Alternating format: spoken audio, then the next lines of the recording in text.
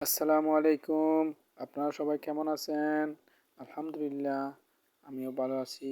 আমি আজকে আপনাদের মাঝে তুলে ধরবো তিত করলা ভাজি কীভাবে রান্না করতে হয়, কোন প্রসেসে রান্না করতে হয় এবং কি কি আইটেম, কি কি ইনগ্রিডিয়েন্টস দিতে হয়, সম্পূর্ণ ভিডিওর মাধ্যমে আপনাদেরকে তুলে ধরবো। আপনারা আমার ভিডিওটি মনোযোগ সহকারে দেখবেন, আমার চ্যানেলটি সাবস্ক্রাইব করবেন।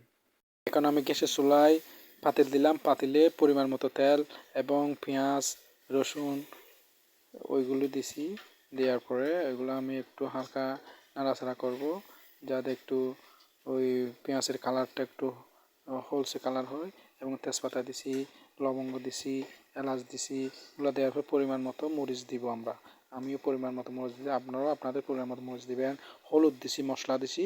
এগুলো ভালো করে একটু নাড়াচাড়া করব, যাতে একটু ভালো করে মিশে যায়। হ্যাঁ, এরপর পরিমাণ মতো লবণ দিব। লবণ দেওয়ার পরে টমেটো দিছি, আমি টমেটো চপ করে রাখছিলাম, ওই টমেটোগুলো দিছি। এগুলো দিয়ে একটু নাড়াচাড়া করবেন। সর্বশেষ আমি আমাদের যে তিত করলা ভাজিগুলো যে কুচি কুচি করে কাটছি ওইগুলো দিয়ে দিছি। এগুলো দেওয়ার পরে একটু নাড়াচাড়া করব আমি। এরপর তিত করলাগুলো নাড়াচাড়া করব। নাড়াচাড়া করার পরে আমার ডাকনাটা দিয়ে কিছুক্ষণ রাখার পরে আবার একটু দেখব, আর আবার একটু নাড়াচাড়া করব। নাড়াচাড়া করার পর আবার এখন ডাকনাটা উঠিয়ে দেখব আমাদের তিত করলা ভাজিগুলো কীরকম হয়েছে। আর পানি দেওয়া লাগলে পানি দিব, আর যদি লবণ দিতে হয় একটু লবণ দিব পরিমাণ মতো। আবার ডাকনাটা উঠিয়ে আমরা দেখব আমাদের তিত করলা ভাজিগুলো কীরকম হয়েছে। মাশাআল্লাহ, অনেক সুন্দর হয়েছে। একটু নাড়াচাড়া করব, নাড়াচাড়া করার পরে আবার ডাকনা দিব। কিছুক্ষণ রাখার পরে ডাকনাটা উঠিয়ে দেখব আমাদের তিত করলা ভাজি কীরকম হয়েছে, কীরকম স্বাদ হয়েছে, কীরকম কালার হয়েছে।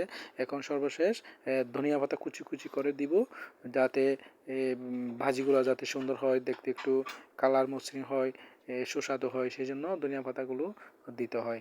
হ্যাঁ, আপনারাও চাইলে এভাবে তিত করলা ভাজি রান্না করতে পারেন। আমি যেভাবে তৈরি করছি, যেভাবে মেনটেন করছি, এভাবে করতে পারেন। থ্যাংক ইউ, ধন্যবাদ সবাইকে।